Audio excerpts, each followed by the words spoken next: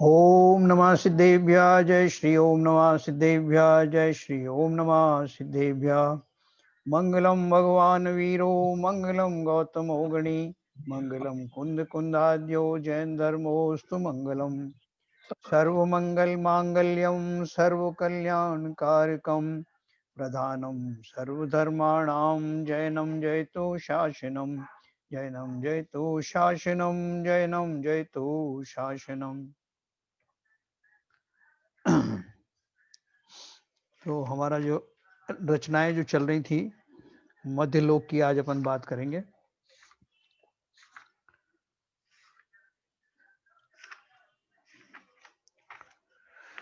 देखो page number 97। कल हमने जो है अधोलोक की बात करी थी, नरकों के बारे में, निगोद के बारे में संक्षेप में पढ़ा था।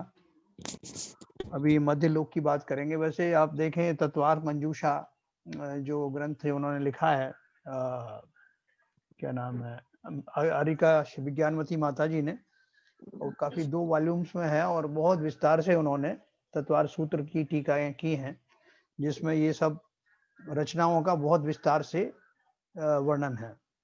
तत्वार्थ सूत्र में भी, मेन में भी मिल जाएगा और इन टीकाओं में भी आपको बहुत ज्यादा मिलेगा। तो अपन खाली अपना लिमिटेशन इतना ही रखेंगे जितना इस पुस्तक में है। इसका डिटेलिंग बहुत ज्यादा है और दिया हुआ है, जिनको इंटरेस्ट हो, रुचि हो, वो सब किताबों में अवेलेबल है। तो हम पढ़ेंगे मध्य लोक के बारे में। यह लोक के मध्य में स्थित है। इसकी चौड़ाई 1 राजू, लंबाई 7 राजू और ऊंचाई 1,40,000 योजन है। इसके बीचों बीच थाली के आकार का जम्बू द्वीप है।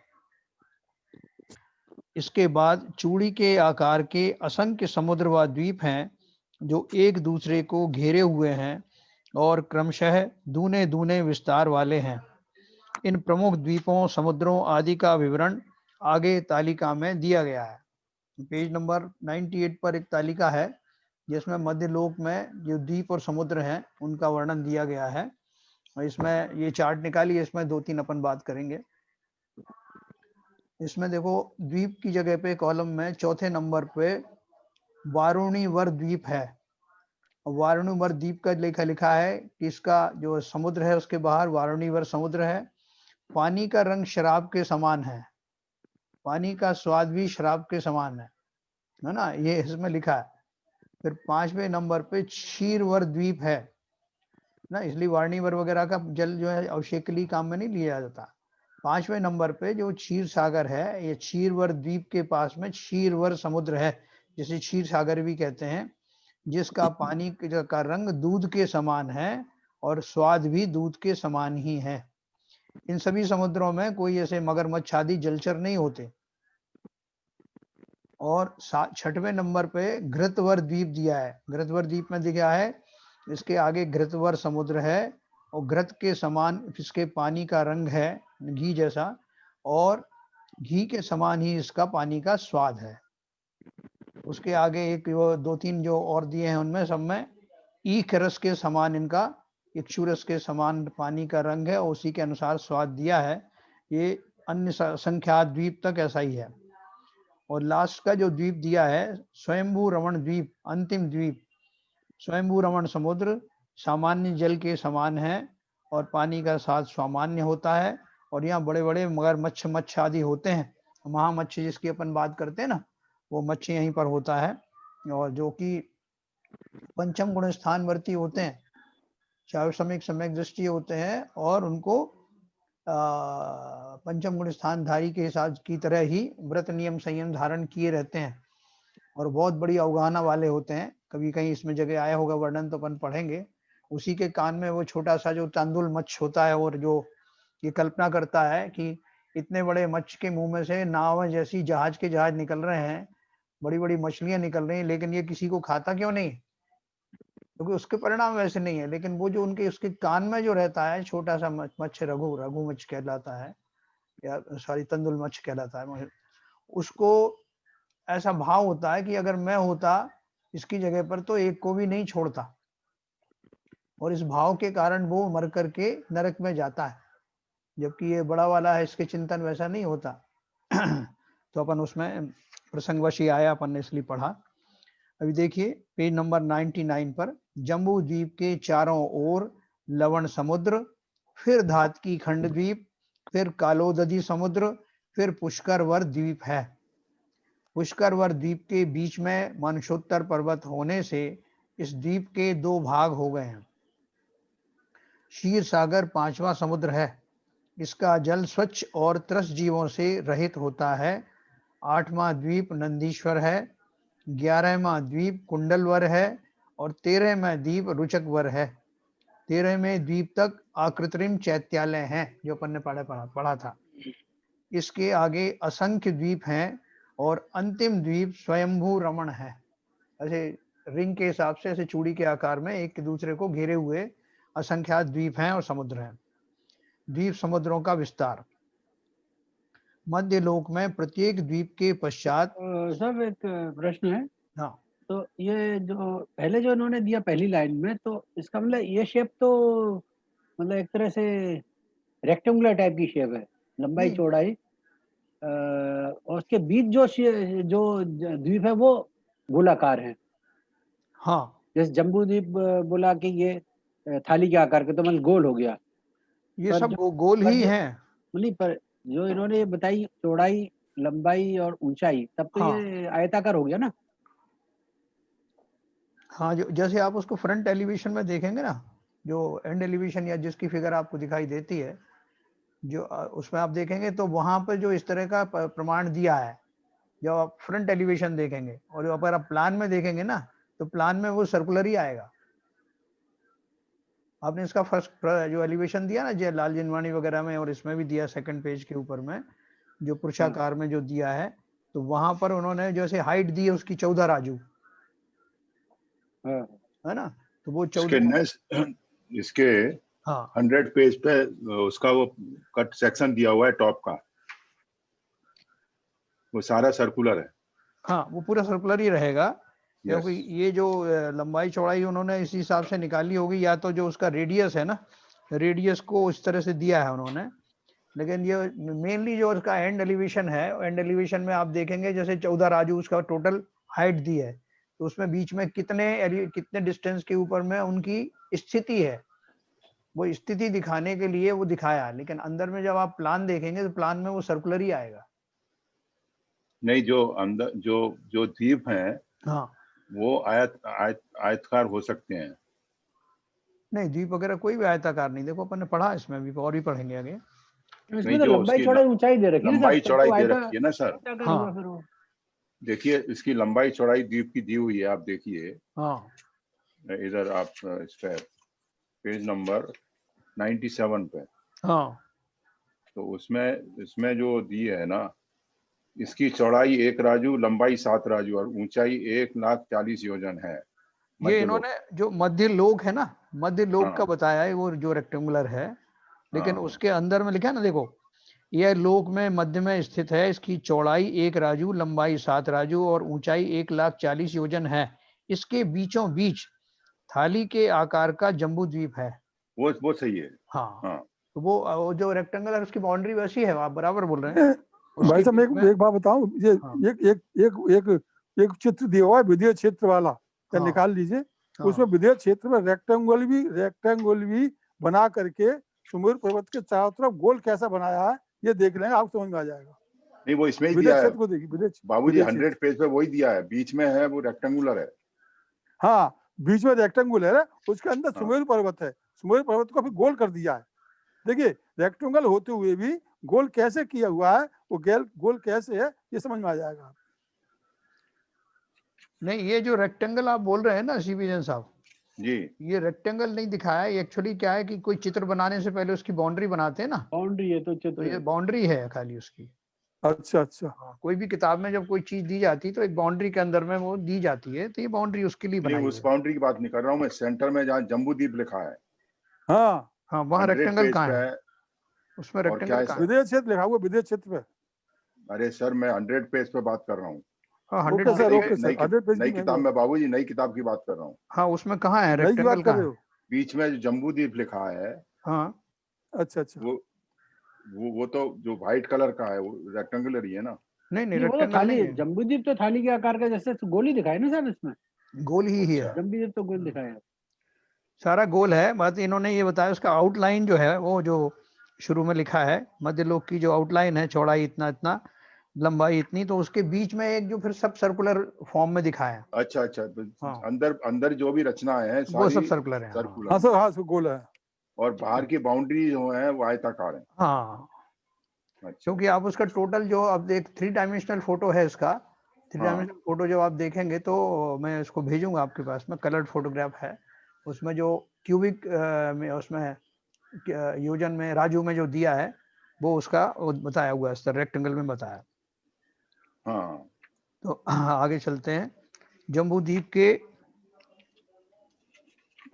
इसके बीचों बीच थाली के आकार का जम्बू द्वीप है। इसके बाद चूड़ी के आकार के असंख्य समुद्र व द्वीप हैं जो एक दूसरे को घेरे हुए हैं और क्रमशः दूने दूने विस्तार वाले हैं। इन प्रमुख द्वीपों, समुद्रों आदि का विवरण आगे तालिका में दिया गया है। जम्बू द्वीप के चारों ओर लवण समुद्र, फिर धातकी खंड द्वीप, फिर कालोदरी समुद्र एक दूसरे को घेरे हुए। फिर पुष्करवर द्वीप है। पुष्करवर द्वीप के बीच में मानसोत्तर पर्वत होने से इस द्वीप के 2 भाग हो गए हैं। क्षीर सागर 5वां समुद्र है। इसका जल स्वच्छ और त्रस्त जीवों से रहित होता है। 8वां द्वीप नंदीश्वर है। 11वां द्वीप कुंडलवर है और 13वां द्वीप रुचकवर है। 13वें द्वीप तक अकृत्रिम चैत्यालय हैं। इसके आगे असंख्य द्वीप हैं और अंतिम द्वीप स्वयंभू रमण है। ये अपन ने यहाँ तक पढ़ा। द्वीप समुद्रों का विस्तार। मध्य लोक में प्रत्येक द्वीप के पश्चात समुद्र और समुद्र के पश्चात द्वीप हैं जिनका विस्तार क्रमशः दुगना दुगना है। मध्य लोक के बीचों बीच जम्बूद्वीप है जिसका विस्तार 1,00,000 योजन है। इसके पश्चात लवण समुद्र, फिर धातकी खंड द्वीप, फिर कालोदरी समुद्र, फिर पुष्करवर द्वीप हैं। इनका विस्तार क्रमशः 2, 4, 8 और 16 लाख योजन है। इनके पश्चात आगे भी दुगने दुगने विस्तार के अनेक समुद्र व द्वीप हैं। संख्यात द्वीप समुद्रों के पश्चात फिर दूसरे जम्बू द्वीप, लवण समुद्र आदि नाम के द्वीप व समुद्र हैं, इन्हीं नाम के। इसके पश्चात फिर तीसरे व असंख्यात जम्बू द्वीप, लवण समुद्र आदि नाम के द्वीप व समुद्र हैं। इनमें नाम की ही समानता है, रचना की नहीं। इनकी रचना ऐसी नहीं होती। इन सभी के अंत में स्वयंभू रमण नामक समुद्र है। इस प्रकार मध्य लोक में असंख्यात द्वीप व समुद्र हैं। इन सभी द्वीपों व समुद्रों का कुल विस्तार 1 राजू है ना। तो इसका मतलब जो जो आगे जो जम्बू द्वीप हैं सिमिलर हाँ, नाम के वो छोटे छोटे छोटे छोटे, तो वहां भी क्या कहते हैं पंचेंद्रीय जीव रहते हैं? नहीं, मतलब मनुष्य तो सर 2.5 द्वीप में ही रहते हैं। ये तो उन्होंने आगे तक का दिखाया ना, मध्यलोक की पूरी रचना दिखाई है। नहीं वो ठीक है, मेरा हाँ। मेरा प्रश्न ये था कि जैसे जम्बू द्वीप के भरत क्षेत्र में हाँ जो मध्यलोक में है हाँ जिसमें मनुष्य रहते हैं, हाँ तो वहां भी सिमिलर जम्बू द्वीप हैं, हाँ। तो ऐसा ही समानता वहां भी है क्या? नहीं है, वहां मनुष्य नहीं रहते। अच्छा अच्छा। वहाँ मनुष्य नहीं रहते। अपन अभी देखेंगे कि वो संख्यात द्वीप समुद्र जो है, जैसे अपने 2.5 द्वीप तक का ये पुष्कर द्वीप आया ना, जी हाँ अपन ने जी हाँ ऊपर पढ़ा लवण समुद्र, धातकी खंड द्वीप, कालोदरी समुद्र, पुष्कर द्वीप, ये 2.5 द्वीप है ना। इनके बारे में अपन ने पढ़ लिया कि ये 16 लाख योजन इनका विस्तार है टोटल। फिर इनके पश्चात आगे भी दुगने दुगने विस्तार के अनेक समुद्र व द्वीप हैं। तो इससे आगे के जो भी हैं वो उनका नाम भले ही ये हो सकता है, वो छोटे छोटे हैं, वो द्वीप हैं, और उनमें इस तरह की जो मनुष्यों के रहने के लिए वो जगह नहीं है। लास्ट में आप छोटे छोटे बता रहे हो, फिर कह रहे हो विस्तार दूने दूने विस्तार के हैं, तो छोटे छोटे विस्तार से क्या मतलब होगा? नहीं, देखो ऐसा है, मैं छोटे छोटे का मतलब मैं ये बता रहा हूँ कि जैसे इसमें जो 2.5 द्वीप की जो जिस तरह की ये अपना जो रचना है, उस रचना के हिसाब से नहीं है। और अच्छा। हाँ, उस रचना के हिसाब से नहीं है। अब ये कई कई मिलके देखो, संख्यात द्वीप समुद्रों के पश्चात फिर दूसरे जम्बू द्वीप, लवण समुद्र आदि नाम के द्वीप व समुद्र हैं। इसके पश्चात फिर तीसरे व असंख्यात जम्बू द्वीप हैं, है ना। इनमें नाम की ही समानता है, रचना की नहीं है, लिखा है इन्होंने। हो सकता है कि वो विस्तार ज्यादा हो, लेकिन वो ऐसे जम्बू द्वीप का जैसे हमारा वो है जहाँ मनुष्य रहते हैं और इस तरह के आर्यखंड आदि, ऐसी रचना उनकी नहीं है, वो द्वीप पूरा एक द्वीप है, क्योंकि इसमें मनुष्य नहीं रहते। कौन रहते हैं ये भी इसमें आगे आएगा। हाँ, मध्य उन द्वीपों लोक, के बारे में मालूम नहीं है। हम नहीं उनके बारे में भी दिया है, अगर विस्तार से पढ़ना है तो मैंने आपको बताया, तो इसमें दिया हाँ है ठीक है, ठीक है, तत्वार ओके मंजूषा। ओके। मध्य लोक की पृथ्वी 1000 योजन मोटी है। इसे चित्रा पृथ्वी भी कहते हैं। जहां हम रह रहे हैं उस पृथ्वी की 1000 योजन मोटी है, क्योंकि यह चित्र विचित्र धातु, पाषाण, मणियों आदि से युक्त है। मध्य लोक में मनुष्य, तिर्यंच, ज्योतिषी और व्यंतर देवों के निवास हैं। मध्य लोक में तिर्यंच जीव सर्वत्र पाए जाते हैं। स्वयंभू रमण द्वीप का आधा भाग, स्वयंभू रमण समुद्र और उसके चारों कोने कर्म भूमि से संबंधित हैं।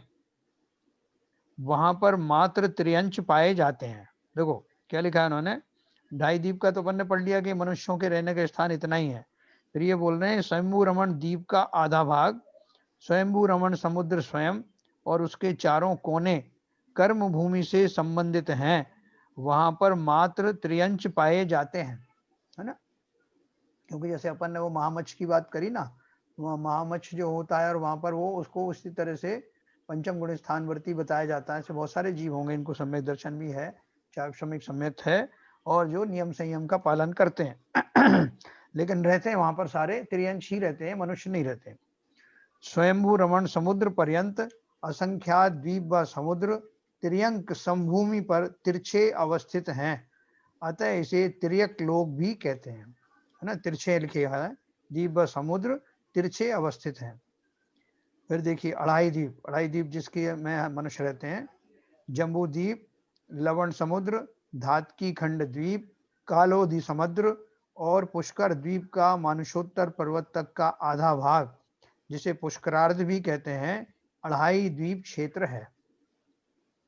मानसोत्तर पर्वत तक ही मनुष्य जा सकते हैं, इसके आगे रिद्धिधारी मनुष्य या विद्याधर भी नहीं जा सकते हैं। मानसोत्तर पर्वत बाहर की तरफ ढलान वाला है, किंतु भीतर की तरफ खड़ी दीवार के समान है, जिस पर मनुष्य चढ़ नहीं सकता है। चूंकि मनुष्य इसे पार नहीं कर सकते, अतः मानसोत्तर इसकी सार्थक संज्ञा है। अढ़ाई द्वीप को मनुष्यलोक, नरलोक व मर्त्यलोक भी कहते हैं। ठीक है साहब। इधर नीचे इन्होंने एक चित्र दिया है, चित्र में देखो उत्तर दक्षिण ये सब दिया ना, मानसोत्तर पर्वत दिया है, ढाई द्वीप बनाया, बीच में जम्बू द्वीप है, उसके बाद धातकी खंड द्वीप है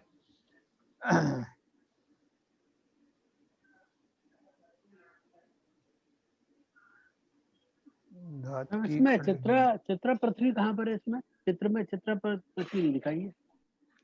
नहीं, ये चित्रा पृथ्वी के ऊपर की रचना है, ये सब जो बेसिक चित्रा पृथ्वी है उसके ऊपर की ये रचनाएं हैं सारी। ढाई द्वीप पूरा ही चित्रा पृथ्वी पर है। हाँ हाँ हाँ बिल्कुल, ढाई द्वीप पूरा ही पृथ्वी चित्रा पृथ्वी पर ही है। ठीक है सर। तो अढ़ाई द्वीप का विस्तार पढ़ेंगे, उसमें आपको और जो समाधान होगा। जम्बू द्वीप का विस्तार 1 लाख योजन है, जो ढाई द्वीप है ना, उसमें से जम्बू द्वीप का विस्तार 1 लाख योजन है। इसके बाद लवण समुद्र है, इन्होंने इसमें लवण समुद्र चित्र में नहीं दिखाया शायद। नहीं दिखाया है भाई साहब, लेकिन छोटा है, छोटा दिखाया है। हाँ बीच बीच में जम्बू द्वीप के ऊपर जो काली काली जस्ट जम्बू द्वीप के बाद है। हाँ हाँ, बाद वही। में लिखा रमण के बाद में हाँ काला सा अक्षर हो, चित्र ऐसा हो गया। एक तो दिखाया तो ऐसा ऐसा ऐसा जम्बू द्वीप है, उससे हाँ। दूना होगा समुद्र लवण, उससे दूना होगा खांड द्वीप, उससे हाँ। दूना होगा समुद्र, ये दिखाया नहीं, ऐसा उस पर लिखा हुआ है, जैन साहब लिखा हुआ है लवण समुद्र। हाँ दिखा दिखा। नेक्स्ट पेज पे बड़ा दिखा है, नेक्स्ट पेज पे उसको भी बड़ा करके दिखाया लवण समुद्र। हाँ वो चित्र जो है कि उनकी लिमिटेशंस होती है ना हाँ। जगह की, इसलिए उस हिसाब से बनाते हैं। बना दिया है। हाँ ठीक है, ये भाई साहब ये जम्बू द्वीप और घात की खंड द्वीप तो बड़े बना दिए हैं, वो जब बड़ा बड़े दिखाई दे रहे हैं, और समुद्र छोटे दिखाई दे रहे हैं। नहीं, वो क्या है कि वो द्वीपों में और रचनाएं भी दिखानी पड़ती है ना, उसके डिटेलिंग करनी पड़ती है। समुद्र में तो कोई डिटेलिंग जरूरत नहीं, सीधा पानी भरा हुआ है। ऐसा है। समझ में आ गया। जम्बू द्वीप का विस्तार 1 लाख योजन है। इसके बाद लवण समुद्र, धातकी खंड द्वीप, कालोदी समुद्र और आधा पुष्करवर द्वीप है, जिनका एक दिशा में विस्तार क्रमशः 2, 4, 8 और 16/2 कुल 22 लाख योजन है। देखो इन्होंने क्या लिखा है, एक दिशा में विस्तार। एक दिशा में विस्तार का मतलब क्या है, उनका रेडियस हो गया, एक साइड का। दोनों दिशाओं में इनका विस्तार 44 लाख योजन है, यानी डायमीटर हो गया। जम्बू डाया है। हाँ, डाया है। जम्बू द्वीप सहित यह विस्तार 45 लाख योजन है, एक योजन का वो हो गया। इस प्रकार अढ़ाई द्वीप का विस्तार 45 लाख योजन है ना। टोटल जो अढ़ाई द्वीप है उसका 45 लाख योजन विस्तार बताया। विस्तार का मतलब इनका डायमीटर से है। जम्बू द्वीप में जम्बू वृक्ष यानी जामुन का वृक्ष, धातकी खंड द्वीप में धातकी वृक्ष यानी आंवले का वृक्ष, और पुष्कर द्वीप में पुष्कर वृक्ष यानी कमल का वृक्ष होने से इन द्वीपों के नाम तदनुरूप प्रसिद्ध हुए हैं। ये वृक्ष वनस्पति कायिक नहीं है और पृथ्वी काय रूप यानी रत्न आदि के हैं। ये आकृत्रिम हैं तथा आदि अंत से रहित हैं। ठीक है, तो ये जो वृक्ष बनाए गए हैं, ये वृक्ष कब से हैं और कब तक रहेंगे, मतलब आदि अंत का मतलब ये है कि वो सदा से ऐसे ही हैं और कभी उनका अंत नहीं होगा। और ये कोई वनस्पति काय के नहीं होते, ये ही इनसे रत्नों से बने हुए पृथ्वी काय के जीव हैं, वृक्ष हैं। अढ़ाई द्वीप के आगे मनुष्यों का निवास नहीं है, अतः यह अढ़ाई द्वीप तक का क्षेत्र मनुष्यलोक कहलाता है। 3 अपवादों यानी मारणांतिक व केवली समुद्घात और अढ़ाई द्वीप के बाहर के जीव जो मनुष्यों में उत्पन्न होने वाले हैं, इनको छोड़कर मनुष्य लोक से बाहर मनुष्यों के आत्म प्रदेश नहीं पाए जाते हैं। ये मैं आपको बताऊंगा समुद्घात क्या होता है, केवली समुद्घात और मारणांतिक समुद्घात क्या होते हैं, ये अपन आगे पढ़ने वाले हैं। कि उस काल में जीवों के जो आत्म प्रदेश हैं वो फैल जाते हैं और इतने इतने एरिया तक फैलते हैं, तो मतलब पूरा जो लोकाकाश में फैल जाते हैं। तो वो उसका जो अपन स्वरूप आगे पढ़ेंगे। तो ये बोल रहे हैं कि बाई एंड लार्ज आप इतना मान के चलिए अभी कि मनुष्यों को छोड़कर और कोई भी इस मनुष्य लोक में ढाई द्वीप में नहीं रहते, ना कोई अंदर आ सकता। आ सकने का मतलब मनुष्य लोक में मतलब वो उनका उत्पत्ति नहीं होती। शेष द्वीपों में जगन्य भोग भूमि है, जिनमें भोग भूमि त्रियंच रहते हैं। मतलब जो ढाई द्वीप है मनुष्य उसी में रहते हैं, वो इतना समझिए। शेष द्वीपों में जगन्य भोग भूमि है, जिनमें भोग भूमि त्रियंच रहते हैं। ढाई द्वीप के बाद में जो है जो द्वीप हैं उनमें जगन्य भोग भूमियां हैं, उसका विवरण भी आगे आने वाला है। इन द्वीपों में भवनत्रिक देवों के निवास भी हैं, है ना। धातकी खंड द्वीप में 2 ईश्वाकार पर्वत तथा पुष्करार्ध द्वीप में भी 2 ईश्वाकार पर्वत होने से इन दोनों द्वीपों के 2-2 भाग हो गए हैं और प्रत्येक भाग में जम्बू द्वीप के समान रचना है। इस प्रकार जम्बू द्वीप में जितने पर्वत, नदियां, क्षेत्र, तालाब आदि हैं, उनसे दुगने धातुकी खंड द्वीप में व उससे दुगने नहीं बल्कि वो दुगने ही हो गए, क्योंकि वो आधा हो गया ना, इसलिए उससे दुगने धातकी खंड द्वीप में व दुगने ही पुष्करार्ध द्वीप में है। ठीक है ना। जम्बू द्वीप लवण समुद्र, धातकी खंड द्वीप कालोद समुद्र और पुष्करार्ध द्वीप में क्रमशः 2, 4, 12, 42 एवं 72 चंद्रमा व सूर्य हैं। जम्बू द्वीप में कितने हैं? 2। ठीक है। फिर लवण समुद्र में 4, धातकी खंड में 12, कालोदय समुद्र में 42, पुष्करार्ध द्वीप में 72 ये चंद्रमा और सूर्य हैं। अढ़ाई द्वीप में 132 चंद्रमा और 132 सूर्य हैं।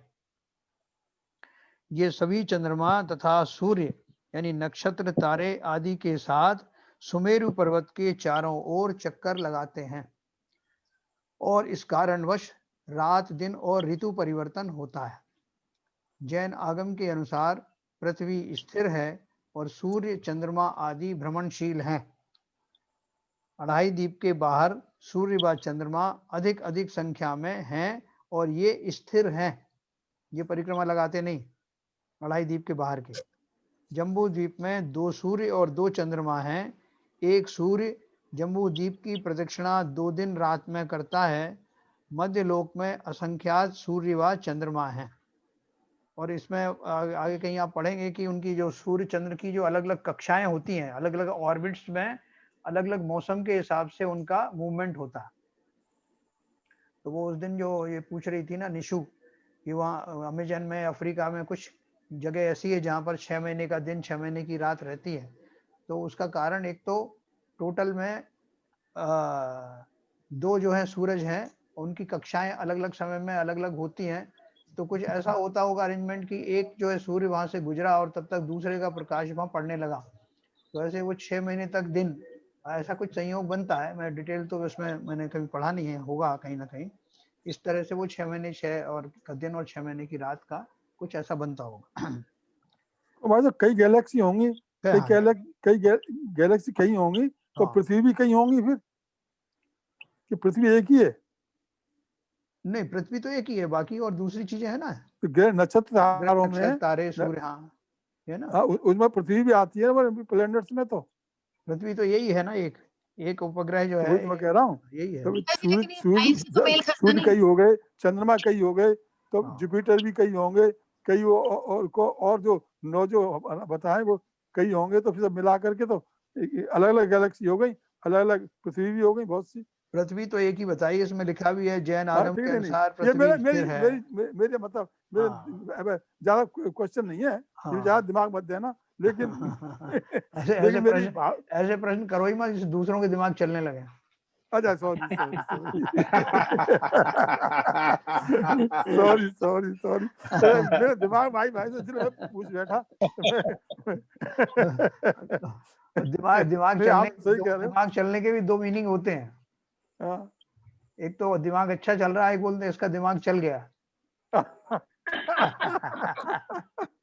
नहीं, चलिए उससे चलिए बाकी चलिए। लोगों का दिमाग भ्रमित हो जाता है हाँ, भाई। वही मतलब। नहीं सर ठीक है सॉरी चलो साहब, आगे सॉरी चलते सॉरी। हैं। जम्बू द्वीप। इसलिए क्या है कि इसको अपन जैसा है वैसा डाइजेस्ट करते जाएं, क्योंकि इससे हाँ कोई ठीक है ओके फर्क ओके नहीं पड़ने ओके वाला ओके उनका। दिमाग नहीं लड़ा रही हम अब दिमाग नहीं लड़ाएंगे। इसका व्यास, जम्बू द्वीप का लिखा है, मध्य लोक के बीचों बीच थाली के आकार का गोल जम्बू द्वीप है। इसका व्यास 1 लाख योजन यानी 40 करोड़ मील है।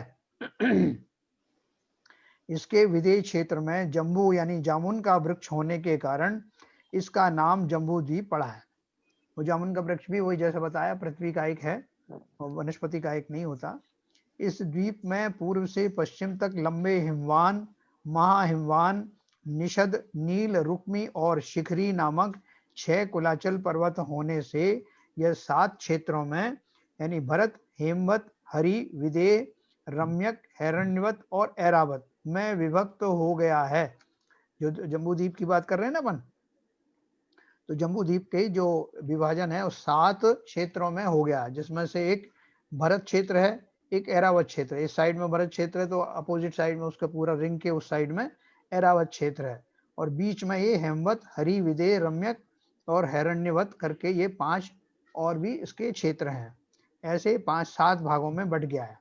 अब भरत क्षेत्र से विदेह क्षेत्र तक इन पर्वतों व क्षेत्रों का विस्तार क्रमशः दूना दूना होता गया है, और विदेह क्षेत्र के बाद ऐरावत क्षेत्र तक यह विस्तार क्रमशः आधा आधा होता गया है। अर्थात अब भरत क्षेत्र का आप वो नक्शा देखेंगे तो वहां से आप विदेह क्षेत्र की तरफ बढ़ेंगे, सेंटर की तरफ बढ़ेंगे, तो उसका विस्तार डबल डबल हो गया है। और फिर सेंटर से उस साइड में जाएंगे ऐरावत क्षेत्र में तो घटता घटता कम होता होता ऐरावत क्षेत्र तक चला गया है। मतलब दोनों साइड की रचना एक जैसी है भरत और ऐरावत की। भरत क्षेत्र व ऐरावत क्षेत्र के आर्य खंडों में ही षटकाल परिवर्तन होता है। आप नक्शे में देखेंगे तो जैसे वो 5 मृच खंड है और उसमें बीच में एक जगह आर्य खंड लिखा है, तो इन सब की रचना इसी तरह की है। भरत क्षेत्र व ऐरावत क्षेत्र के आर्य खंडों में ही षटकाल परिवर्तन होता है। इन 6 कुलांचलों के ऊपर पद्म, महापद्म, तिगिंच, केशरी, महापुंडरीक और पुंडरीक नामक 6 महाद्रय यानी तालाब हैं। इन तालाबों के बीच में बड़े बड़े कमल बने हुए हैं। ये कमल वनस्पति कायिक नहीं होकर पृथ्वी काय रूप हैं। देखो अब इन कमल में क्या होता है, इनमें श्री, री, रीम, धृति, कीर्ति, बुद्धि और लक्ष्मी देवियां अपने परिवार देवों के साथ रहती हैं। ये व्यंतर देवियां होती हैं। उपरोक्त पद्म तथा पुंडरीक द्रहों से 3-3 और शेष 4 द्रहों से 2-2 महानदियां निकलती हैं। इनके बारे में, ये देवियों के बारे में आगे और आएगा डिटेल, तो आप किसी को शंका हो और जिज्ञासा हो तो अपन आगे पढ़ेंगे उसको। इन 4 महानदियों में से 2-2 महानदियां भरत आदि 7 क्षेत्रों में बहती हैं, लवण समुद्र में प्रवेश करती हैं। इन महानदियों के नाम क्रमशः गंगा सिंधु, रोहित रोहिताश्या, हरित हरित कांता जो जोड़ों में चलती है, सीता सीतोदा, नारी नरकांता, सुवर्ण कूला रूप्यकूला और रक्ता रक्तोदा हैं। इनमें से प्रथम प्रथम नदियां पूर्व समुद्र को जाती हैं और द्वितीय द्वितीय नदियां पश्चिम समुद्र को जाती हैं। ये नदियां जो है वो दूसरी हैं, जो हमारे जो गंगा सिंधु वाली हैं ये वो नहीं है, ये बड़ी बड़ी नदियां हैं। जम्बू द्वीप की चारों दिशाओं में 4 मुख्य द्वार विजय, वैजयंत, जयंत और अपराजित हैं। जम्बू द्वीप की चारों दिशाओं में 4 मुख्य द्वार कौन कौन से? विजय, वैजयंत, जयंत और अपराजित हैं। जम्बू द्वीप में फिर से बताया 2 सूर्य व 2 चंद्रमा है। तो ये हो गया हमारा जम्बू द्वीप। अब जम्बू द्वीप के जो उपभाग हैं यानी 7 उसके क्षेत्र हैं, जिसमें से हमारे जो कंसर्न का जो क्षेत्र है जो हमारे लिए काम का है उसका नाम है भरत क्षेत्र। जम्बू द्वीप जल शुद्धि करने में भाई साहब ये सब सब इसीलिए इन सब के नाम लिए जाते हैं। बराबर जल बराबर। शुद्धि जब करते हैं हाँ, तो ये सीता सीतोदा नर हाँ। नरी नारी कांता स्वर्ण कूल रूप कूल ये सब पढ़ते हैं। तो हाँ। क्या मतलब है कि भाव ये करते हैं कि इन नदियों से जल लाया गया है, ये भाव नहीं करते हैं क्या वो उसमें? भाव नहीं है, मतलब ये कि हाँ सभी नदियों का जो है वो जलों को याद नाम किया क्यों जाता है। नहीं, नाम क्यों लेते हैं? इसलिए लेते हैं कि लेके भाव ये बने क्या हम जो जल ले जल शुद्धि में हम जो जल लेके आ रहे हैं ये जल हमारा उन नदियों उन तालाबों का भी है और नदियों का भी है, ऐसा भाव बनते हैं क्या? ये पूछ रहा था मैं। तो ये तो देखा नहीं मैंने, अभी देखेंगे अपन। इस आपने आइडिया दिया है, इस बारे में भी चिंतन करेंगे कि क्यों उनका नाम जो है लिया जाता है जल शुद्धि में। बिल्कुल सही है। अब देखिए जम्बू भरत क्षेत्र, जम्बू द्वीप के 7 क्षेत्रों में से भरत क्षेत्र दक्षिण की ओर स्थित है। जब आप इसका जो नक्शा देखेंगे ना मैन, तो जैसे अपन नॉर्थ नक्शा देखते समय नॉर्थ दिशा ऊपर होती है और साउथ नीचे होता है, तो वो जो आप गोला देखेंगे तो उस गोले में जो नीचे वाला जो लोअर हाफ पोर्शन है वो दक्षिण क्षेत्र है, इसलिए लिखा है जम्बू द्वीप के 7 क्षेत्रों में से भरत क्षेत्र दक्षिण की ओर स्थित है। इसका दक्षिण उत्तर विस्तार जम्बू द्वीप का 1/190वां भाग अर्थात इतना उसका विस्तार दिया है, इतना योजन अथवा 21,2,10,000 कितना है 2105263। हाँ नहीं 21,05,263। हाँ इतना मील है। भरत क्षेत्र के बीच में विजयार्थ पर्वत होने से यह 2 भागों उत्तर व दक्षिण में विभक्त है। आपने देखो इसमें लोअर हाफ दिखाया ना भरत क्षेत्र का, बहुत क्लियर दिखाया है इसमें नक्शा ने 104 पेज पे। भरत क्षेत्र के बीच में विजयार्थ पर्वत होने से यह 2 भागों उत्तर व दक्षिण में विभक्त है और इन दोनों भागों में गंगा और सिंधु नदियां होने से ये प्रत्येक 3-3 खंडों में विभक्त हैं। ठीक है ना। इस प्रकार भरत क्षेत्र के कुल 6 खंड हैं। इनमें नीचे की ओर बीच में स्थित खंड आर्य खंड है और शेष 5 म्लेच्छ खंड है। दिख रहे हैं ना आपको, ये 5 म्लेच्छ खंड दिख रहे हैं, उस बीचों बीच में जो है ना ये आर्य खंड लिखा है और नीचे उसके अयोध्या लिखा है। ठीक है, तो इनमें बताया इनमें नीचे की ओर बीच में स्थित खंड आर्य खंड है और शेष 5 म्लेच्छ खंड है। अयोध्या से मतलब अयोध्या रायखंड में? हाँ आर्यखंड में। अच्छा खाली वो रिप्रेजेंट किया है आर्यखंड को रिप्रेजेंट करने के लिए। अच्छा अच्छा अच्छा। हाँ, जम्बू द्वीप के अलावा धातकी खंड द्वीप में 2 और पुष्करार्ध द्वीप में 2 भरत क्षेत्र हैं। जम्बू द्वीप के अलावा धातकी खंड द्वीप में 2 और पुष्करार्ध द्वीप में 2 भरत क्षेत्र हैं। इस प्रकार अड़ाई द्वीप में 5 भरत क्षेत्र हैं। इनमें भी उपरोक्तानुसार 6 खंड हैं, है ना। जो जितने भी भरत क्षेत्र हैं उनमें इस तरह के जो 6 खंड हैं जिसमें 5 म्लेच्छ खंड और 1 आर्य खंड है। अब आर्य खंड किसे कहते हैं? देखो अपन धीरे धीरे वहां आ रहे हैं जहां अपन रहते हैं। भरत क्षेत्र के दक्षिण की ओर स्थित 3 खंडों में से बीच का खंड आर्य खंड है, जैसा ऊपर देख रहे हैं चित्र में, और शेष 5 म्लेच्छ खंड हैं। आर्य खंड में ही धर्म तीर्थ की प्रवृत्ति होती है और इसमें ही जीव मोक्ष प्राप्ति का उपाय कर सकते हैं, है ना। आर्य खंड में ही धर्म तीर्थ की प्रवृत्ति होती है और इसमें ही जीव मोक्ष प्राप्ति का उपाय कर सकते हैं।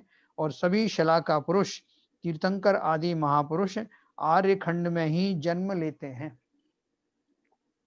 म्लेच्छ खंडों में धर्म से शून्य मानव रहते हैं, है ना। ये म्लेच्छ के बारे में, म्लेच्छ कहाँ उत्पन्न होते हैं, उनका क्या आकार प्रकार होता है, वो क्या खाते हैं, ये तत्वार्थ मंजूषा में पेज नंबर 495 में विस्तार से दिया है। हाँ, कम से कम 4-5 पेजों में वर्णन है। कभी अपने पास समय होगा तो फिर पढ़ेंगे अपन। आर्य खंड के मध्य में 12x9 योजन प्रमाण अयोध्या नगरी है। अब ये अयोध्या नगरी कौन सी है? आर्य खंड के मध्य में 12x9 योजन प्रमाण अयोध्या नगरी है। और लिखा है भरत क्षेत्र के आर्य खंड में आज का सारा विश्व स्थित है, किंतु अभी भी आर्य खंड का बहुत सा क्षेत्र उपलब्ध नहीं है। फिर जम्बू द्वीप का तो किंचित मात्र क्षेत्र ही उपलब्ध है। अब इससे बताएं कि क्या मतलब निकला, अयोध्या नगरी कहाँ पर है, बताओ। अयोध्या नगरी मतलब पूरी ही है, हाँ, पूरा सेंटर में। आर्यखंड का जो पोर्शन है, हाँ, जिसमें अपना भारत देश है, वो उसका पार्ट है अयोध्या नगरी का, इसके अनुसार जो समझ में आ रहा है। योजना के हिसाब से इसमें- लगाओगे तो भाई सही इसमें- कह रहे हैं शिवजन सही कह रहे हैं। आर्यखंड योजना के का हिसाब से लगाओगे बहुत सा तो क्षेत्र पूरा उपलब्धि भारत नहीं आ है। जाएगा। हाँ बहन जी है उधर।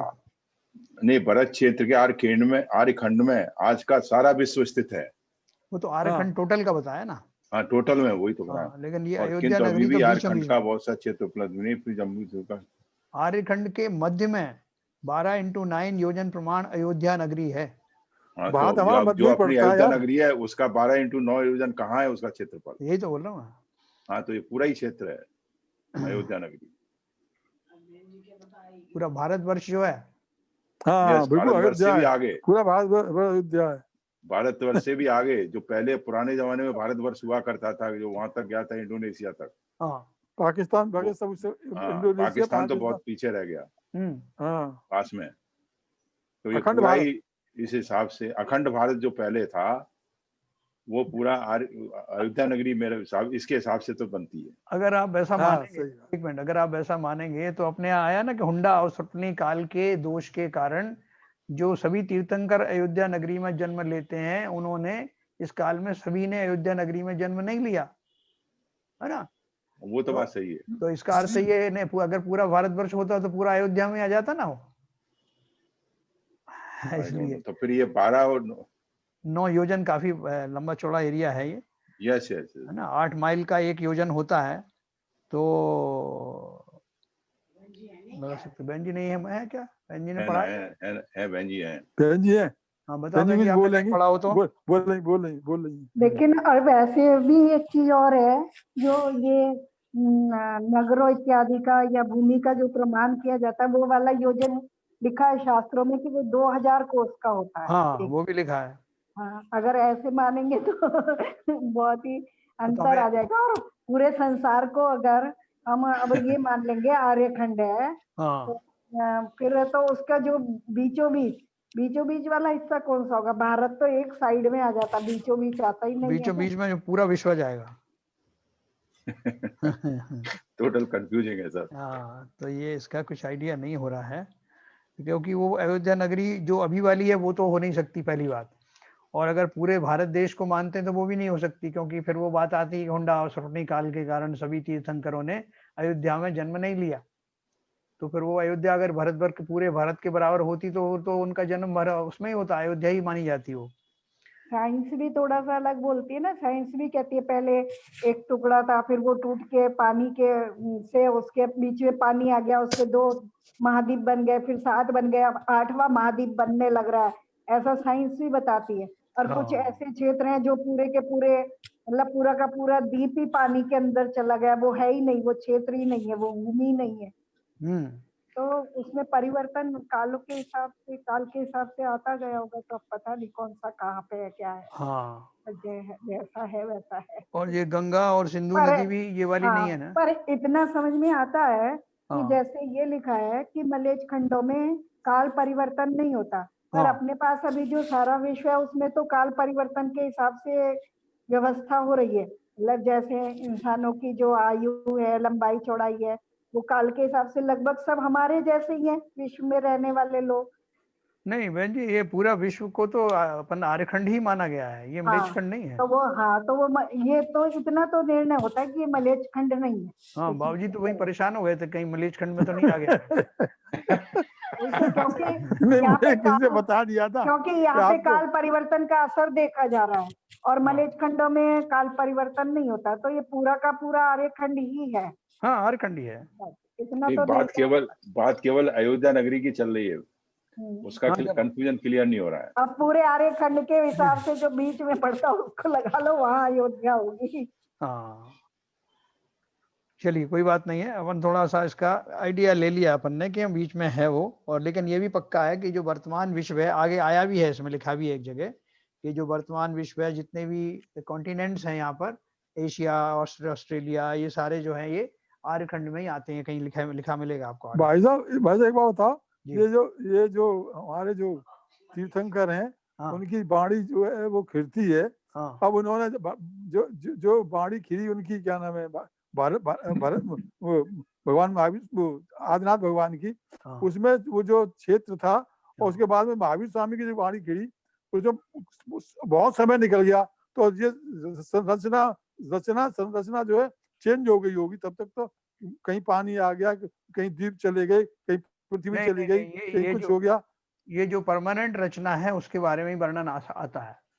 अच्छा, इस कि तरह हमेशा बदलने रहता। वाली चीज का कोई वर्णन नहीं आएगा, बदलने वाली चीजों का। देखो, इस तरह से भोग भूमियों का आपको सुनेंगे कि जो हमारा जो क्षेत्र है, जहाँ यहाँ भी पहले दूसरे तीसरे काल में भोग भूमियां बनी रहती हैं, बाद में जो है कर्म भूमि बनती है चतुर्थ काल के बाद में। तो उसका आपको बहुत विस्तार से वर्णन नहीं मिलेगा, लेकिन जो शाश्वत जगह हैं, शाश्वत भोग भूमियां हैं, उनका पूरा डायमेंशन, पूरा सब कुछ मिलेगा। तो ये सब कुछ जो कंस्ट्रक्शन है, जो पूरा दिया है, ये परमानेंट की हिसाब से दिया है। इसमें ऐसा अच्छा, नहीं कि एक तीर्थंकर के काल में वो कुछ और हो जाता, दूसरे के काल में कुछ और हो जाता, ये परमानेंट चीज है। काल के हिसाब से बदल जाती है, भौगोलिक परिस्थिति बदल जाती नहीं, है, ये नहीं सब बदल रही बदल ना। जाता है। ये जो अच्छा, ठीक। टेम्परेरी चीजें होती हैं हमारे यहाँ, जैसे काल परिवर्तन होती है, यहाँ तो होते रहते हैं, छोटे छोटे पर्वत हैं तो वो बदल जाएगी, ये सब होता रहता है। हाँ, बाकी ये बड़े बड़े जो शिखर हैं, बड़ी ये नदियां हैं, ये सब नहीं बदलती। जम्बू द्वीप में पूरा मॉडल दिया है ना, वो माता जी ने बनवाया है, वो सब मॉडल वैसे ही बना रहता है सब। तो अढ़ाई द्वीप के थोड़ा आइडिया अपन को बेसिक हो जाएगा। बाकी क्या, अपन बहुत सारी चीज तो कल्पनाएं कर नहीं सकते, जैसे कि ललित जी बोलते हैं ना कि इतने इतने साल का 84 लाख पूर्व तक की आयु वाला भी कोई व्यक्ति होगा, ये विश्वास नहीं होता। ऐसी बहुत सारी चीजें हमें अविश्वसनीय लगती हैं, क्योंकि हमारा जो अभी मानसिक दशा ही उतनी अभी परिपक्व नहीं है। इसलिए तो बोल रहे हैं, अगर केवल ज्ञान प्रदान कर दिया जाए हमको इस समय, तो हमारे पास रखने की जगह नहीं है हमारे पास। तो ज्ञान की अगर आभा भी आ गई ना, तो दिमाग फट जाएगा। तो चलो चलते हैं अपन। अढ़ाई द्वीप के 5 भरत क्षेत्रों में, 5 ऐरावत क्षेत्रों में तथा 5 विदेश क्षेत्रों में 160 कुल 170 आर्य खंड है ना। देखो 32 क्षेत्र जो है, एक विदेश क्षेत्र जैसे कहते हैं, विदेश क्षेत्र के उसमें 32 बड़े बड़े देश होते हैं। तो 5 आपका विदेश क्षेत्र है, तो 5 into 32 करके 160 जो है, ऐसे वो उनके वो कर्म भूमियां हैं ना। और उनमें 10 ये जोड़ दो, 5 भरत और 5 ऐरावत के, तो 170 आर्य खंड हो गए। भरत और ऐरावत क्षेत्र संबंधी 10 आर्य खंडों में षटकाल परिवर्तन होता है। विदेश क्षेत्र संबंधी 160 आर्य खंडों में षटकाल परिवर्तन नहीं होता।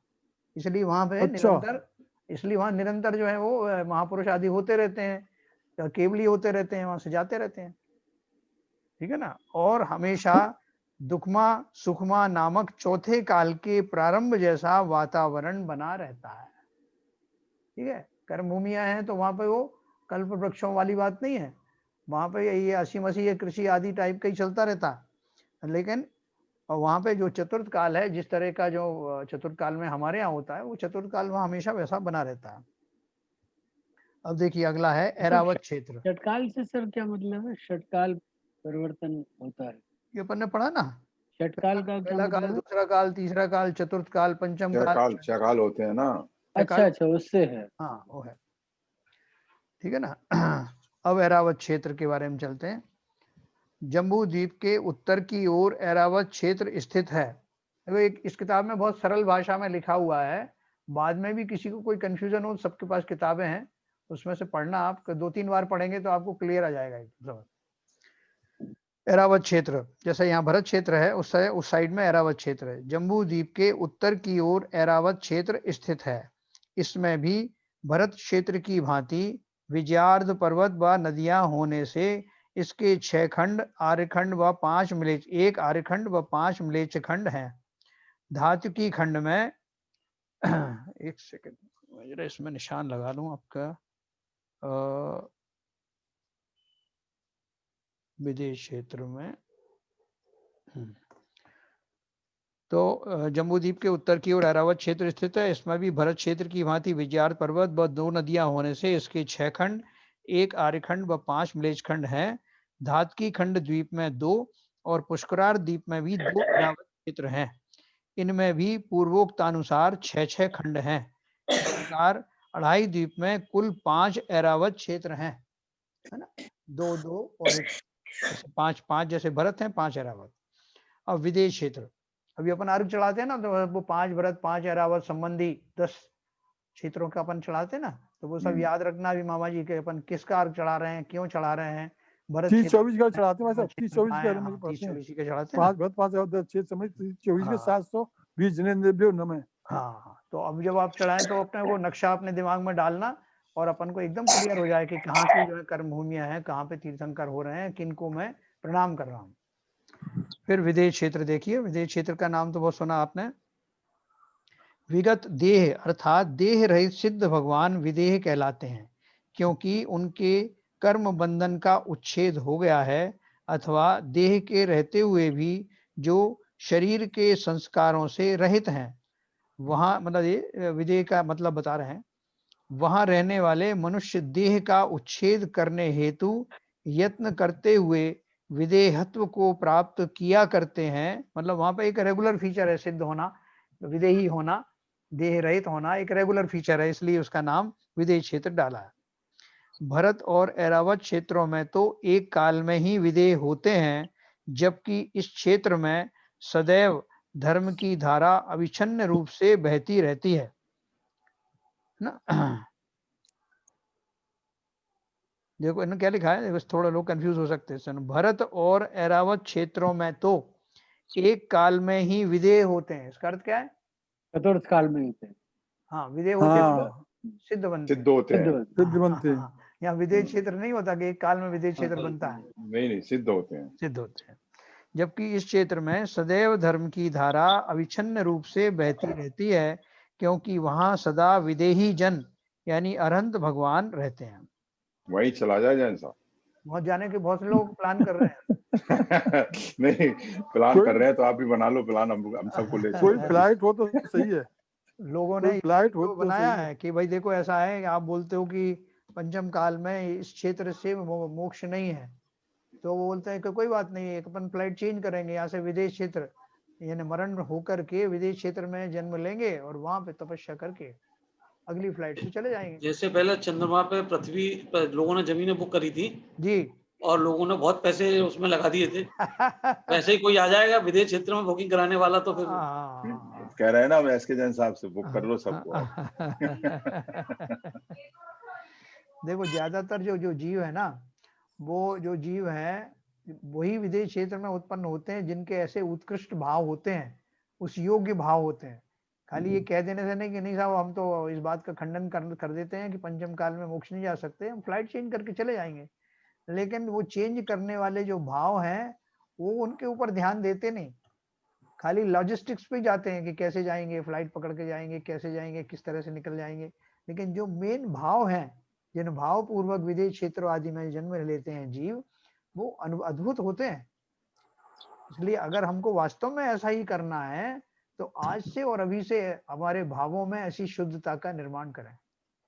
भाई साहब ये कुंद स्वामी तो जो कुंद हुए थे वो तो देश सहित गए थे वहाँ। हाँ देश सहित गए थे, लेकिन वहाँ ज्यादा दिन रह देश नहीं सहित गए पाए थे वो तो, है? तो अभी जैसे आपका तो चल रहा है कि वहाँ यहाँ रात होती है तो वहां दिन होता है, आप भोजन ग्रहण कर लेते हो। हाँ लेकिन उनके साथ तो समस्या क्या आ गई थी, हाँ उन्होंने और बोला बता कि है कि जहाँ का मैं रहने वाला हूँ, पहले तो वहां अगर जहाँ गए हैं वहां अगर रात है तो वहां आहार करेंगे ही नहीं, और हाँ। अगर वहां पे दिन भी हो गया तो उनके पास दूसरा बहाना है कि जहाँ का मैं रहवासी हूँ वहां तो रात हो रही ना। तो 8 दिन भारी पड़ गए देवों को संभालना उनको हाँ कुछ खाया पिया नहीं उन्होंने। ना। तो देखो ऐसा उत्कृष्ट संयम होता है जहाँ बहाने ढूंढे जाते हैं संयम धारण करने के, और हम बहाने किसके ढूंढते हैं, कैसे संयम तोड़ पाए, है ना, ये फर्क मेरा है। एक क्वेश्चन है, मेरा अरे, क्वेश्चन इसमें, मेरे साथ ही एक बार हो गया था वैसे ऐसा। हाँ एक जब मिनट, मैं हाँ आज जी कुछ चला बोल रहे हैं, एक मिनट बाबूजी, शैलेंद्र जी कुछ कह रहे हैं, बोलिए। हाँ, मेरा एक क्वेश्चन ये है कि हाँ जैसे हम जैन धर्म के हिसाब से अभी जैसे हम भाव बनावे और ऐसी भावना भावे हैं जी, तो हो सकता है कि हम हमारा विदेश नेक्स्ट भाव हमारा विदेश क्षेत्र में जन्म हो सकता है, बिल्कुल हो सकता है, बिल्कुल हो सकता है। और वो विदेश क्षेत्र में तो उसी भाव में आदमी बन सकता है तीर्थंकर, क्योंकि वहां पे दो, तो मतलब ऐसा नहीं है कि अभी किसी के लिए पॉसिबल नहीं, पॉसिबल तो है यदि कोई चाहे तो। बिल्कुल पॉसिबल है, बिल्कुल पॉसिबल है। तो अपन यही तो बात कर रहे हैं कि उनके उस लायक भाव तो करें, उस लायक प्रैक्टिस तो करें, खाली कह देने मात्र से नहीं हो जाएगा, यही अपन बात कर रहे हैं। ठीक एक है बार वैसे मैं इंडिया चला था ना, इंडिया से हाँ अमेरिका के लिए, जी, तो वहां पे रात थी, हाँ रात में बैठा, खाना हाँ ले गया था कि रास्ते में खा लेंगे। अब हाँ, रात यहाँ से लेकर के अमेरिका तक रात ही रात बनी रही, हम्म। तो अब कहाँ खाते खाना। तो संयम की परीक्षा थी आपकी। तो अपन देखो इसमें चलते हैं जो अब एक विदेश प्रश्न क्षेत्र है, के बारे में। हाँ जी, तो ये जो हम सिद्धालय बोलते हैं, जैसे हमारे तीर्थंकर अरहंत बने फिर उसके बाद सिद्धालय चले गए, तो सिद्धालय विदेश क्षेत्र में, हाँ? सिद्धालय जो हम बात करते हैं, सिद्ध लोक, अरहंत, सिद्ध हाँ, शिला, सिद्धशिला, वो कहाँ पर, वो विदेश तो क्षेत्र? ऊपर है ना, सारा अपने सारे जो विमान वगैरह के ऊपर, ये अपने सरवार सिद्धि के ऊपर, वहां से तो स्वर्ग शुरू होते हैं, सारे स्वर्ग समाप्त हो जाते हैं। सॉरी, सरवार सिद्धि के जस्ट ऊपर जो है सिद्ध शिला है। पहले 16 स्वर्ग हैं, फिर वो विमान हैं, विमानों के बाद में ये सबसे ज्यादा अनुत्तर विमान आदि हैं, सरवार सिद्धि वगैरह हैं, और फिर उसके ऊपर में जाकर के वहां पर ये अपना सिद्ध शिला है। नहीं, उनका प्रश्न दूसरा था। नीचे है विदेश मतलब क्षेत्र विदेश, बहुत पीछे है। उनका प्रश्न ये है हाँ कि विदेश क्षेत्र में सिद्धालय है, इसी तरह अपने भारत क्षेत्र में भी सिद्धालय है। नहीं, सिद्धालय कहाँ है विदेश क्षेत्र में? नहीं है। तो विदेश क्षेत्र में जो सिद्ध बनते हैं वो फिर कहाँ जाते हैं? नहीं जाते तो वहीं, सिद्धालय इसलिए बोल रहे हैं कि वहां के सभी जीव जो हैं इस योग्य भाव कर पाते हैं, तपस्या आदि कर पाते हैं कि वो सिद्ध बनते हैं। एक्चुअल क्या है, सिद्ध बनते हैं वहां पे, विदेश क्षेत्र में कोई अलग से सिद्धालय नहीं है। अच्छा, वहां पे जीव ऐसे इस लायक उत्पन्न होते हैं कि वो सिद्ध बन जाते हैं, इस अपेक्षा से कहा। वहां अलग भाई कोई साहब मैं लोकल बताऊं, सिद्धालय नहीं नहीं नहीं, है। वो ये पूछ रहे हैं उनकी फिजिकल लोकेशन कहाँ रहती है सिद्ध शिला की। हाँ वो बताएंगे ना, अभी उर्दलोक आने वाला, अभी उर्दलोक का वर्णन करेंगे ना अपन। अच्छा अच्छा, हाँ अपन उर्दलोक का वर्णन करेंगे, उसमें सिद्धलोक आएगा। 45 लाख योजन की पृथ्वी है, 45 लाख योजन का ही सिद्ध शिला है। हाँ वो सब अभी आने वाला है। ठीक है सर, तो भाई अपन, साहब मैं इस विषय में बताऊं कि हाँ वो जीव जहाँ जो जीव सिद्धालय जाता है, हाँ जहाँ से जाता है वहीं पर सीधा वही ऊपर सीधा जाकर ऊपर के, जाता है। हाँ वो तो अपन ने वहीं पर बता सीधा चुका है कई ऊपर, बार। तो वही सिलसिला है। जहाँ भी जीव होगा हाँ सिद्धालय जाने के लिए, जिस जगह से जीव ऊपर जाएगा वहां के लास्ट में बात मिले और धन मिले के लास्ट में ऊपर जो है सर ऊपर रहता है, वही लग करके, और वो भगवान बन जाते हैं वहां। जैसे सम्यक शिखर से 20 तीर्थंकर सिद्ध गए हैं, तो हाँ, वो ऊपर उसी लोकेशन में विराजमान है आज भी। हाँ ऊपर उसी लेकर ऊपर विराजमान है, उर्दलोक में उसी लोकेशन में विराजमान है। ये बिल्कुल सही कह रहे शुरू में हैं। अपन ने पढ़ा था ना जब कि ये जो आप यस जब यस सीधे दर्शन करो तो वो उसका आप ऊपर देखो, यस यस उन यस, भावों हाँ। सहित वंदना करो, ये अपन ने शुरू में बात करी ये थी। एस के जैन साहब ने चाहे कहा था, एक बार मैं गया था सिद्धार्थ सम्यक शिखर, तो हाँ मेरा तो फिर मैं जहाँ भी चढ़ाया टॉक पे, हाँ नीचे नहीं देखा, ऊपर ही देखता था। ऊपर ही देखते रहे जब तक चश्मा नहीं गिर गया इनका।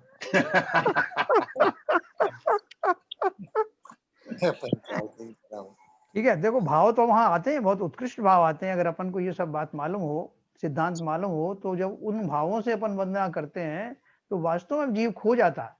कि देखो हाँ, सही कैसी बात, अनुपम सही घटना आज से सही इतने कह साल पहले हुई होगी कि जो महापुरुष जो वहां से सिद्ध बने, कैसी अद्भुत घटना होगी कि एक क्षण के अंदर उनका शरीर जो है कपूर की तरह उड़ गया और वो आत्मा वहां जाकर सिद्धालय में विराजमान हो गई। तो ठीक एक तो हमारे सही उसी दिशा जीवन दिखाने वाला होना चाहिए कोई। हमें तो पता ही नहीं था, आपने हाँ। बताया, सही दिशा दिखाने वाला होना चाहिए ना। जी भाभी हम तो इतनी 2 बार तो पहले हुआ है, तो सम्य शिखर जी बताया नहीं किसी ने कि भगवान जी वहीं ऊपर होंगे। जब आपने बताया तब हमारा दिमाग हुआ।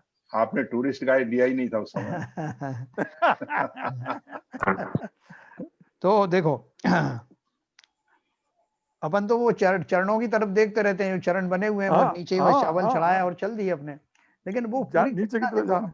जानकारी होने से क्या होता है कि जब अपन जो उसका चिंतन करते हैं भविष्य में, जैसे जब अगली बार आप बंदना करने जाओगे तो कितने भाव आपके जो उनमें असंख्यात गुना वृद्धि होगी कि मैं ऐसे स्थान पर खड़ा हुआ हूँ जहाँ ऐसे महापुरुष ने अपना शरीर का त्याग किया, निर्वाण को प्राप्त हुए और सीधे अभी भी अवेलेबल है बिल्कुल सीधी दिशा में। तो आपके जो भाव हैं वो भाव ही अनोखे होंगे, तब जाकर के वो उक्ति चरितार्थ होती है कि इस टोंक के दर्शन करने से इतने इतने उपवासों का फल मिलता है। वो खाली वहां चावल पटकने से नहीं होता। जब वो भाव बनाते हैं कि इतने करोड़ मुनिराज यहाँ से गए, इतने ये तीर्थंकर गए, मैं उनकी वंदना करता हूँ, जब उस जाति के भाव होते हैं तब वो उपवासों का फल चरितार्थ होता है। ऐसे नहीं होता कि एक पैसा फेंका वहां और दूसरे पे चल दिया और वो ये नहीं। तो देखो अपन थोड़ा 2 मिनट हमारे पास हैं, विदेश क्षेत्र के बारे में अपन पढ़ रहे थे, विदेश क्षेत्र समाप्त करेंगे। विदेश क्षेत्र अतिवृष्टि, अनावृष्टि, टिड्डी आदि 7 प्रकार की ईतियों से रहित है। इसमें रोग, महामारी आदि भी नहीं होती हैं। कुदेव, कुलिंगी और कुमति वाले भी यहाँ नहीं होते हैं। केवल ज्ञानी, भी नहीं होता है। हाँ देखो, केवल ज्ञानी, तीर्थंकर आदि शलाका पुरुष और रिद्धिधारी साधुओं का समागम यहाँ सदा बना रहता है। विदेहों में उत्कृष्ट अवगाहना 500 धनुष होती है। देखो रोग महामारी वगैरह कुछ नहीं होता और रिद्धिधारी साधुओं का समागम यहाँ सदा बना रहता है। विदेहों में उत्कृष्ट अवगाहना 500 धनुष होती है, जो मैक्सिमम हाइट होती है 500 धनुष की होती है। जम्बू द्वीप के बीच का क्षेत्र विदेह क्षेत्र है और इसका विस्तार 33684 है ना, इतना 4/19 योजन है। जम्बू द्वीप के बीच का क्षेत्र जो विदेश क्षेत्र है ना, उसका एरिया इतना है। आप देखोगे तो विदेश क्षेत्र का एरिया पूरे जम्बू द्वीप में सबसे ज्यादा दिखाई देगा आपको। इसके बीचों बीच सुमेरु पर्वत है। सुमेरु पर्वत की चारों विदिशाओं में 4 गजदंत पर्वत हैं जो हाथी के दांत सदृश आकार वाले हैं। देखो चित्र में दिखाया विदेश क्षेत्र। सुमेरु पर्वत के उत्तर में नील पर्वत और दक्षिण में निषद पर्वत को स्पर्श करते हुए 2-2 गज दंताकार पर्वत हैं, जिनके मध्य में क्रमशः उत्तर कुरु और देव कुरु उत्तम भोग भूमियां हैं। ये जो उत्तम जो भोग भूमियां हैं ये हमेशा रहती हैं, शाश्वत हैं, ये कभी नष्ट नहीं होती। सुमेरु के पूर्व में पूर्व विदेह और पश्चिम में पश्चिम विदेह नामक 2 भाग हो गए हैं, है ना। पूर्व विदेह में है ना सीमंदर स्वामी, पूर्व विदेश क्षेत्र में सीता और पश्चिम विदेश क्षेत्र में सीतोदा महानदियां बहती हैं, जिसके कारण दोनों विदेश क्षेत्रों में 2-2 यानी कुल 4 भाग हो गए हैं। अब डिटेल पढ़ेंगे तो इसमें मिलेगा आपको सब। प्रत्येक भाग में क्रम से वक्षार पर्वत और विभंगा नदी, ऐसे 4 वक्षार पर्वत और 3 विभंगा नदियां होने से एक एक भाग के 8-8 हिस्से हो गए। इस प्रकार विदेश क्षेत्र के 32 हिस्से हैं जो 32 विदेश क्षेत्र कहलाते हैं। देन उनके नाम भी लिखे हुए हैं नंबर सहित। इस प्रत्येक देश में भी भरत क्षेत्र की भांति विजयार्थ पर्वत और 2 नदियां होने से प्रत्येक देश के 6-6 खंड हो गए हैं। देखो हमारा जैसे ये भरत क्षेत्र है ना, उसके 6 खंड हो गए हैं। तो यहाँ उनका जो एक 32 क्षेत्र जो है वो भरत क्षेत्र जैसे हैं। एक क्षेत्र वहां का 32 में से वो भरत क्षेत्र जैसी उसकी रचना 6-6 खंड हो गए। और इनमें 5 म्लेच्छ खंड है और एक इनके मध्य में एक आर्यखंड स्थित है। इस आर्यखंड में कर्मभूमि है जो कि शाश्वत है ना, वहां कर्मभूमि बदलती नहीं है क्यों, काल परिवर्तन नहीं होते। यहाँ पर सदा चतुर्थ काल यानी दुखमा सुखमा के प्रारंभवत काल रहता है और यहाँ कभी भी षटकाल परिवर्तन नहीं होता है। विदेह क्षेत्र के प्रथम हिस्से कच्छा नामक देश के 6 खंड इस चित्र में दिखाए गए हैं। जो 32 क्षेत्र जो दिखाए हैं एक विदेह क्षेत्र के, 32 में से एक सैंपल के लिए एक क्षेत्र दिया है कच्छा क्षेत्र। और कच्छा क्षेत्र को देखेंगे आप तो उसकी रचना ऐसी है जैसे कि हमारे भरत क्षेत्र की। इसमें 5 म्लेच्छ खंड है और एक आर्य खंड है। वहाँ का आर्य खंड में काल परिवर्तन नहीं होता जैसे हमारे यहाँ का होता है, पहला काल, दूसरा काल, तीसरा काल। वहाँ पे एक जैसा चतुर्थ काल रहता है, इसलिए जैसे हमारे यहाँ सिर्फ चतुर्थ काल में तीर्थंकर होते हैं, वहां पर हमेशा होते रहते हैं। जम्बू द्वीप में 1, दातकी खंड द्वीप में 2 और पुष्करार्ध द्वीप में 2, कुल 5 विदेह क्षेत्र 2.5 द्वीप में हैं। प्रत्येक विदेह क्षेत्र के 32 देश हैं। प्रत्येक देश में तीर्थंकर, चक्रवर्ती आदि शलाका पुरुष यदि अधिक से अधिक होवें तो एक समय में एक होते हैं, अर्थात 5 विदेह क्षेत्रों में कुल 160 होते हैं, है ना, एट ए टाइम। तीर्थंकर यदि कम से कम होवें तो एक विदेह क्षेत्र में 4 और 5 विदेह क्षेत्रों में 20 होते हैं, जो सदा विद्यमान रहते हैं। यही विद्यमान 20 तीर्थंकर कहलाते हैं। तो अगली 20 तीर्थंकर की जो पूजन पढ़े तो ये चित्र सामने रख करके पढ़ेंगे। तो कल हम पढ़ेंगे ये भूमि के बारे में, भोग भूमियों के बारे में पढ़ेंगे और बाकी की जो चीज बची हुई है उन सब के बारे में पढ़ेंगे। विदेह क्षेत्र आर्यखंड में ही होता है क्या? आर्यखंड में होता होगा? अरे विदेह क्षेत्र अलग है ना, उसमें आर्यखंड होते हैं। विदेह क्षेत्र का टोटल जो है 32 उप क्षेत्र हैं। विदेह क्षेत्र के 32 जो है बड़ी बड़ी नगरियां या खंड कह लो हैं। जैसे भरत जो हमारा जो है ना भरत क्षेत्र है, ऐसे वो क्षेत्र हैं, विदेह क्षेत्र के उप क्षेत्र हैं। 32 विदेह में ये सब विदेह में। और एक विदेह क्षेत्र का जो एक खंड है, जैसे कच्छा क्षेत्र दिखाया है, उसमें हमारे भरत क्षेत्र जैसे 5 म्लेच्छ खंड और एक आर्य खंड है। उस आर्य खंड से बहुत बड़ी जगह है। हाँ, वो दूसरा आर्य खंड है, अपना दूसरा आर्य खंड है। हाँ, उस आर्य खंड से ही वहां के लोग जाते रहते हैं। जब अपन अगर चले गए विदेह क्षेत्र तो वहां का जो आर्य खंड होगा उनमें से कोई सा वाला वहां से अपन जाएंगे। विजयन साहब कह रहे हमारा आर्य खंड दूसरा है। हाँ, हमारा अलग है ना, भरत क्षेत्र हमारा भरत क्षेत्र है ना, भरत क्षेत्र का आर्य खंड। भरत क्षेत्र में आर्य खंड है, वहाँ भी आर्य खंड है। ठीक है सर। तो कल अपन भोग भूमियों के बारे में पढ़ेंगे। भोग भूमियों में कौन जाते हैं, क्यों जाते हैं और क्या उनको वहां पे मिलता है। समय हो गया हमारा। हाँ ललित जी, जिनवाणी स्तुति।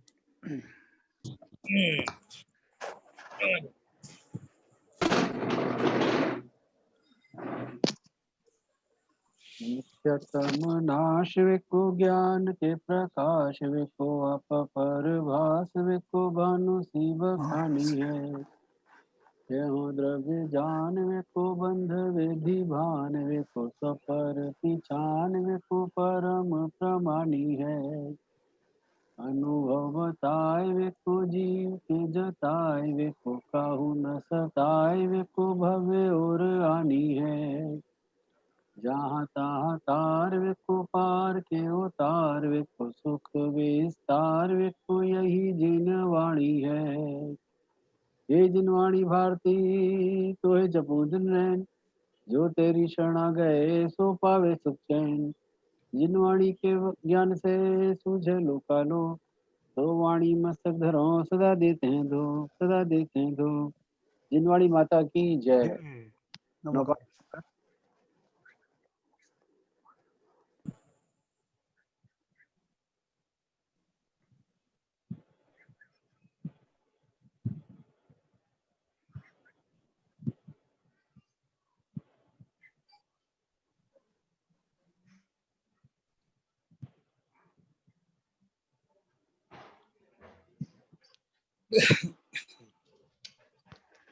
जय जिनेन्द्र, जय जिनेन्द्र सबको जय।